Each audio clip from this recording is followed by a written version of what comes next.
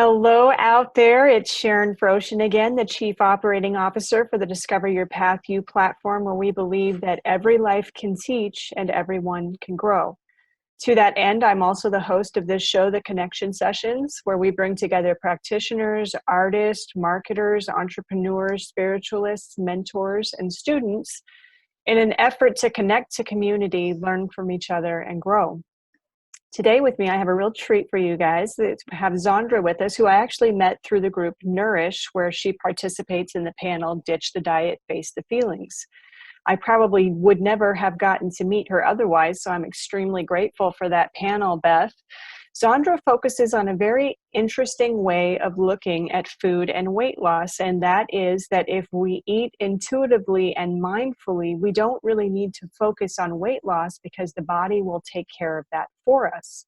This is a very unusual way of looking at dieting because we often spend so much time trying to control our weight with our eating that we end up kind of getting ourselves into a tizzy. So I love the way that you come at eating and at nutrition, Zandra, and I can't wait for you to share with us how you got into this field, what brought you to life coaching, and why you're so passionate about this specific form of weight loss. So please share with us.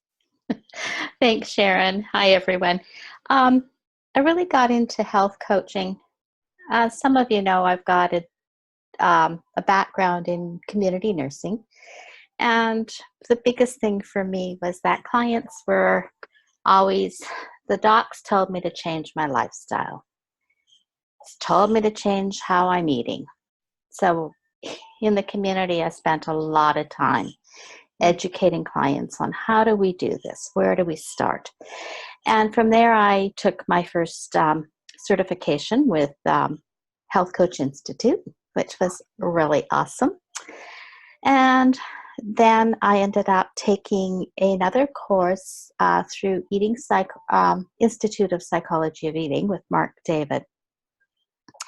And that was a real fantastic course. And it really bridged my nursing background with weight, health, and how do we really start working on our own health. I've been a chronic dieter for years. I started when I was probably 14 or 15. And it was a simple comment from my mom that triggered it. And it was simply, you can't wear that skirt. It's too short and your thighs are too fat. Wow. Who would have thought? After spending thousands and thousands and thousands of dollars on every fad diet out there, it took taking Mark's course to go, holy bejesus. Really? Yep. So that's how I got started. I really like to focus on our gut health. That's really important for us. But more than that, it's that mindfulness of how are we eating?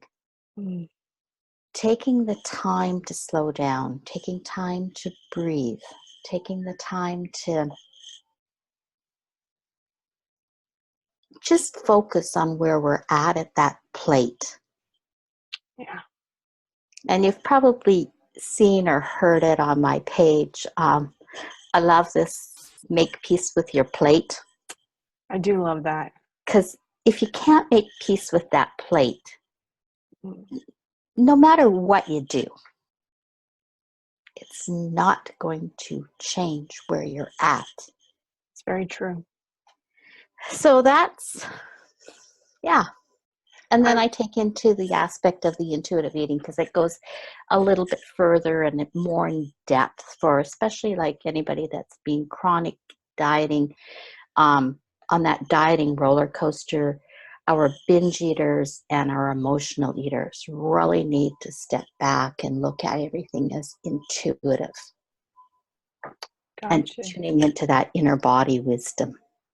That's very true. One of the things that shocked me the most, Zandra, my liver failed 4 years ago as a result of psychiatric medications, and I had to start taking like a really hard look at my health, and that started my journey along health.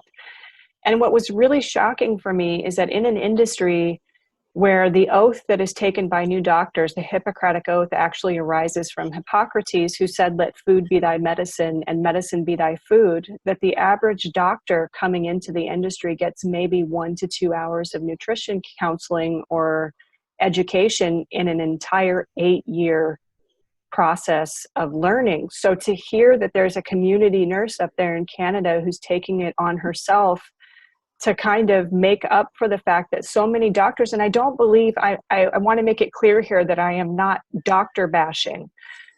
What I'm saying is that this particular set of education principles and requirements are so vastly and woefully inadequate, and doctors are left without the knowledge to explain to their patients exactly how you turn this ship around after you're 300 pounds and you're pre-diabetic and you're getting diabetic neuropathy and you can't seem to lose any weight, you're exhausted, you can't catch your breath. They are actually not equipped with the tools to be able to share this with their clients. So as somebody who's been through this, thank you so much for being willing to be the one who steps in and kind of fills that gap in for the patients that are being treated by the doctors that you work with. Yes, it's really, really true. And as you know, I'm not community nursing anymore. But that's the biggest failure. And I'm like you. I don't bash the docs. Mm-hmm. They are needed. Definitely they are needed. They do have a place. And it's like you said, their nutrition education is so minimal. Our docs up here get 7 days of very short trainings throughout their whole 8 years. Yet we know food is the primary cause of a lot of our diseases. Yes. We know that. We have so much processed food now.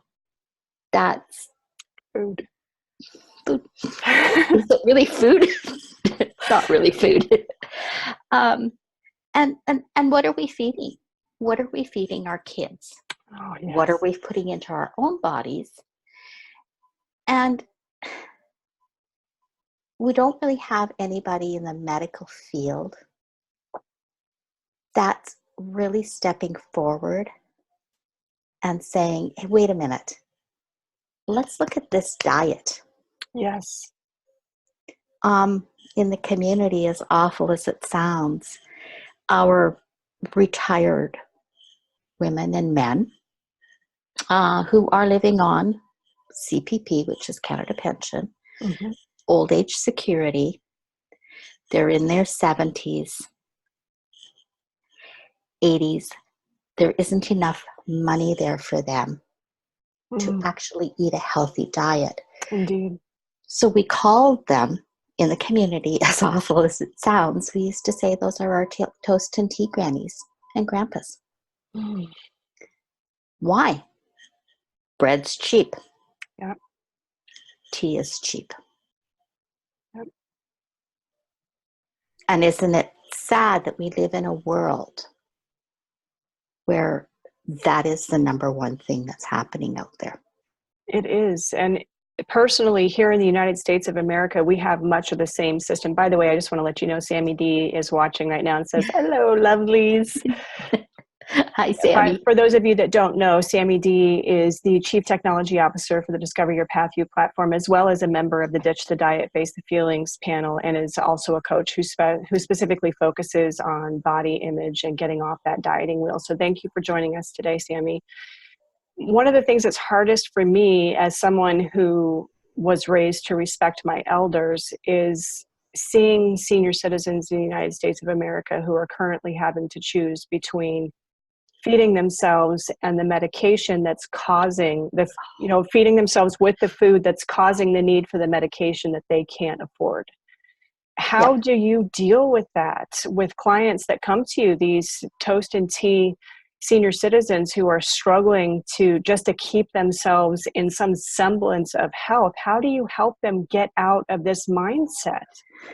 It's really a matter of stepping back and especially like in the community, I would step back. I would really look at what were they eating? What meds are they on? And how many of those meds are contradicting each other? That's huge. So just step back and take a look at really, what are you really eating? What's happening in your day-to-day life? Take the time to analyze that diet and get rid of, probably you might start with, let's look at all the processed stuff that you're eating. Kraft dinner, that's pretty much poison plastic. You know, buy a bag of macaroni for $1. Buy a little brick of cheese. You probably got some butter in your house. Make it. It doesn't take long. Learn to go back to the basics and really look at what's happening in the gut. Our gut causes, I would say, 90%, in my estimation, and I'm probably high, but that's my feeling. 90% of our gut health causes all of our chronic diseases. Great. Would you mind explaining to our viewers what the gut microbiome is? It's the lining within the gut that really has the good bacteria, the bad bacteria, to really start fighting things within. And our gut's really linked to our heart and our brain. So whatever's going on in that gut, so like if you've got IBS, Crohn's, generally there's something going on in there that it's not balanced, that bacteria isn't balanced. Sugar is a huge one for upsetting that gut microbiome. Indeed. Our so many of the foods break down to sugar in our body now too. Yes. Yeah. And when we're eating all the processed foods, read the package. Yeah. You've got sugar, and then you've got your dyes. You got your colorings. Color A and color red. So yellow and red are probably the two worst color additives that anybody's ever put in our food. And think about all the foods that are that color. What do we do when we're parents? We give our kids Fruit Loops. Yep. Duh. And Really? It's so hard. I'm not a parent, but like Sammy D just said, that after my mom died, my dad still refuses to cook. He's just not interested. So there's that too. We get locked into these patterns of who's responsible for what in the household, or it's just been so long that this is the way we've always done it, that we kind of reach that limiting belief that I'm sure you encounter a lot as a health coach of, it's too late to really make any changes by taking care of my body. Yeah. How do you That's deal with very that? common. I encourage with little tiny steps. I would, if Sammy's dad was close and I could talk to him, I would say, let's just try this. And do a really simple, maybe a 3-ingredient recipe where he doesn't need to, go to elaborate things. Just whip up a few ingredients. If he likes pancakes, he can do a banana pancake. 3 ingredients. So good for you too. Yeah. So simple things. Depending on how old they are, they might need family to help chop their veggies so that they can make a pot of soup. A pot of homemade soup, if you will help them put all the ingredients together, they can put it together themselves, and that starts a healthy diet. So, You spoke of intuitive eating and body wisdom earlier. Would you mind sharing with our audience what that is and how it can be woven into our diet? Our intuitive eating is really listening to what is your body saying it needs right now? What does it want? And before you even have a meal, you might ask yourself, what is my body really asking for at this moment? Mm. And if it says, all I want for lunch is a pear and an apple, that's what you have. Mm. It's really stopping to think about what's my body asking me for. Your body's going to tell you. If you really tune into it, it's going to say, I just want a toasted cheese sandwich today. Mm-hmm. That's okay. Go for it. It's your body will do what it needs to do to absorb that carbs. Preferably if you can buy the best bread that your monies can buy is better for you than cheap Wonder Bread. Agreed. But let your body talk to you. Sit back and really ask what's going on. Take time to breathe before you eat. Oh, that's so good. Yes. Sit down and really say, thanks for this food that's on my plate. Thank the farmers for raising it. Thank the grocers for putting it on the shelf. Get yourself into that zone of really relaxed eating. And then savor each and every bite.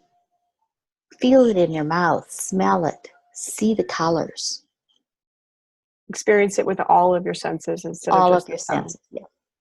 That's a very good point. Because here, I know here in the United States, it's so common to be out on the freeway and to see half of the cars on the freeway driving and eating because and it's very rarely like, bagged carrots. Most of the time it's Mickey D's or some other type of fast food. And we are in such a rush to get to the next thing that we need to do. And we do the same thing with our cars a lot too, which is, I got to get here. The car has to take me here, but there's no acknowledgement of the fact that if I don't take care of the vehicle that's transporting me, be it the car or my body, that at some point me getting to the next place is no longer going to be a viable option because I will have backed myself physically into a corner and be forced to start taking care of my body. But now with modern medications, rather than us being forced into that corner, well, now I can pop a pill that gives me the feeling of health, even though my body's not actually getting healed.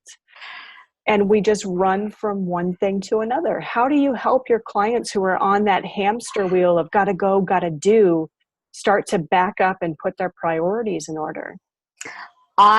When I first start working with them, that's really the whole mandate before we do anything else. Slow down. I want you to journal. I want you to look at why are you on this hamster wheel of life? Mm-hmm. Is it really what's causing this? And how much time are you taking for you to actually give yourself some self-love? Mm-hmm. If you don't slow down, the self-love isn't there. Acknowledge that, right? Take that time to really tune into what do you want. Some clients have a real huge issue with boundaries. And I hate to say it, sometimes family members are just that. They are just family members. Mm-hmm. Step back, really analyze. Are they in my life to be good? And are they serving? And I don't mean serving in a way of doing stuff for you. Are they serving your well-being and your mental health? Yes. Because if you don't take a look at all of this at the beginning, no matter what you do, it's not going to change your outer. You have to do that inner work and really pay attention to that inner work. And 9 times out of 10, if they stop, slow down, do the inner work, and then start changing the diet very slowly, get rid of the pop. Pop is huge. Yes. Fruit juice. Fruit juice is horrible. Yep. This fruit punch, I don't even know what the heck they call it. My landlord drinks this stuff. And I just go, oh my God, holy shit. Right? I mean, it's called Hawaiian punch. Yeah. That's literally what it does, is it punches you in the gut. What's it doing? It's filling your body Yeah. with crap. Which So, makes you crave more crap. That's right. That's exactly it. It's a circle. It's a rut that we get into. But if we stop and really look at all that and take that from that point, most clients can end up with less medication. Which is always a benefit. And that's if they're huge into meds. I would never tell anybody to drop that medication. But I would certainly say, let's change this, this, and this. And then go back to your doc and see if you really need that med.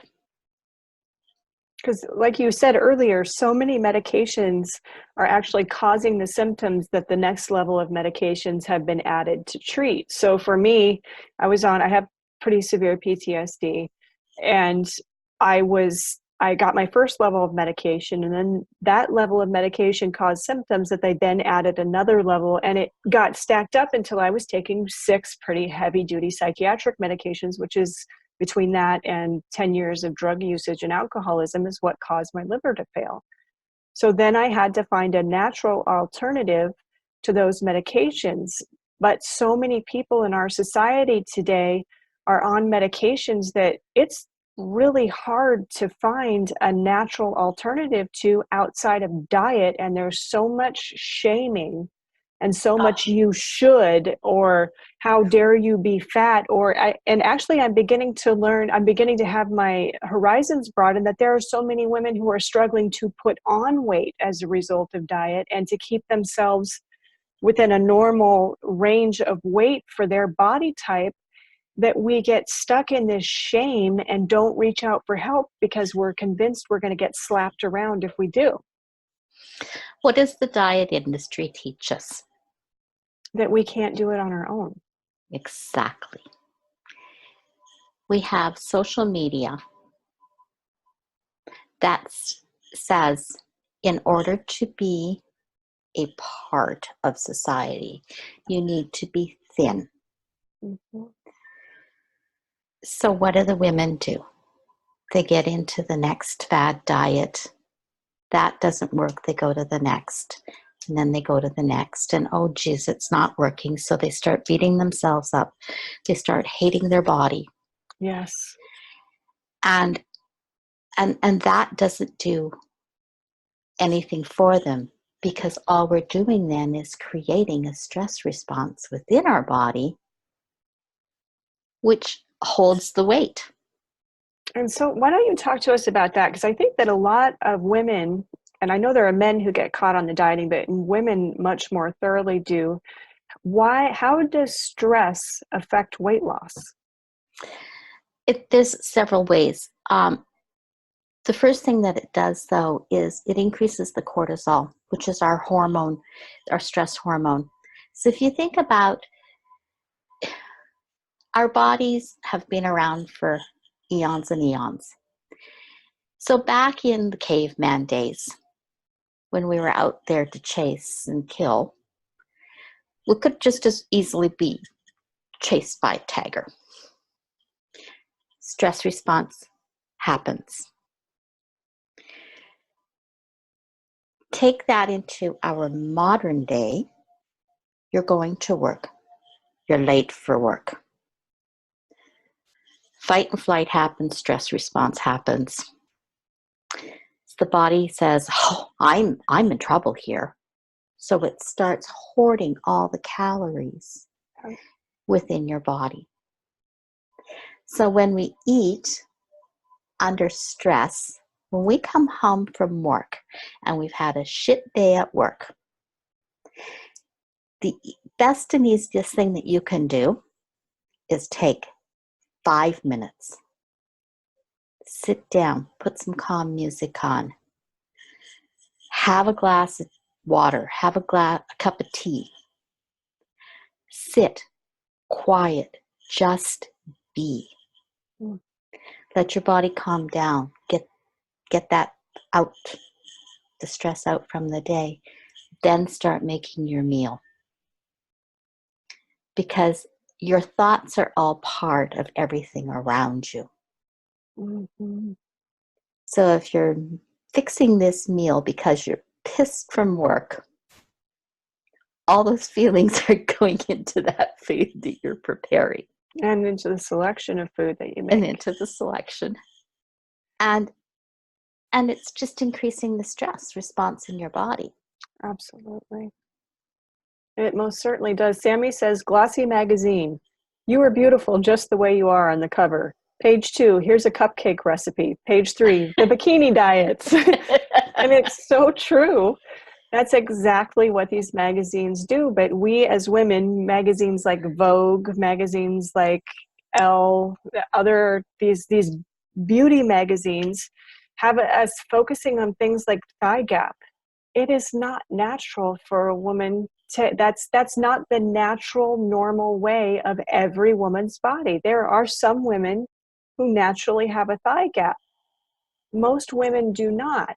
But then we pursue this really, truly, if I'm honest, almost an unattainable goal to maintain in the presence of health. So we're choosing the goal that takes us away from health because we're afraid of being rejected. We're afraid of not having a partner, not getting to start a family because we're not attractive enough to get a partner. And it just becomes this downward spiral of until we implode. Totally. What I used to do fashion. What a lot of women don't understand is that every photo that's in Vogue, Elle, any fashion magazine, it's all photoshopped. Oh, yes. And if you can take a step back and say, that is not the real person, Mm-hmm. you need to do that. Because there isn't a model out there that her photo has not been photoshopped. So true. We know that the stats of women who hate their body is usually 1 in 6. So it works out to about 95% of women in the US, including Canada, that at some point throughout the day says, I hate my body. God, words have power. So the minute you say, I hate my body, you're actually feeding your subconscious with that information. All the diets in the world are not going to fix that statement. And then we say that in front of our daughters who are picking up that message from their mothers and just continuing that cycle of self-hatred. I just read some stats and I should have wrote them down for today. I believe it's 1 in 6 children between the ages of 4 and 6 that are already concerned about their body image. Oh my Lord.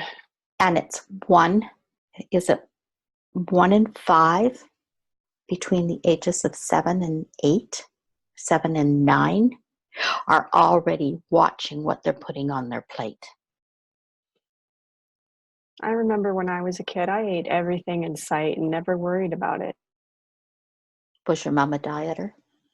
My mom was actually really big into health food. So everything that was available to us in the house We didn't have pop, we didn't have sugar, she made her own peanut butter, her own maple syrup. Like, this was an extremely industrious, health conscious woman. So I was allowed to eat pretty much anything in the house and ate tons of it. And in that case, yeah, you would have never had that diet mentality being shown. But when the women are actually dieting, they're starting that restriction. Yeah. They're depriving themselves. It's picked up by their kids. As is most things that we do in front of our children. Yeah. So it's really scary, Sharon, with the stats that are out there, with how many kids are already coming into a diet industry. Let's face it, diet industry is a multi-billion-dollar industry. Yep. But we have the highest rate of obesity and chronic disease, while being the most technologically and medically advanced in history. Yep. There was a study done last year, or in 2016. It was done by the University of Calgary in Alberta, here in Canada. And our newest disease will have 65% of the visits into a doctor's office for high blood pressure treatment. That just seems impossible, doesn't it? Yeah. Well, Zandra, believe it or not, our half hour is already up. Wow. It never ceases to amaze me how quickly this goes by. I cannot tell you how much I value having you here on the show as somebody who comes from both sides of the coin, from both the medical industry as well as the coaching industry, and can give such a balanced view of what we're doing to our bodies and how we can change our thoughts to change our worlds. So thank you so much for being with me here today. Thank you to our viewers who came and watched with us today. And if you do watch the show after we're no longer live, please just drop us a hashtag replay and let us know that you came by. And if you saw something of value that you think that your friends could benefit from, please feel free to share this video as widely as you would like to. We always appreciate your patronage that way. We will be back on Monday at, again, 1 p.m. Eastern Daylight Time. And until then, guys, thank you so much. Thanks, Sharon.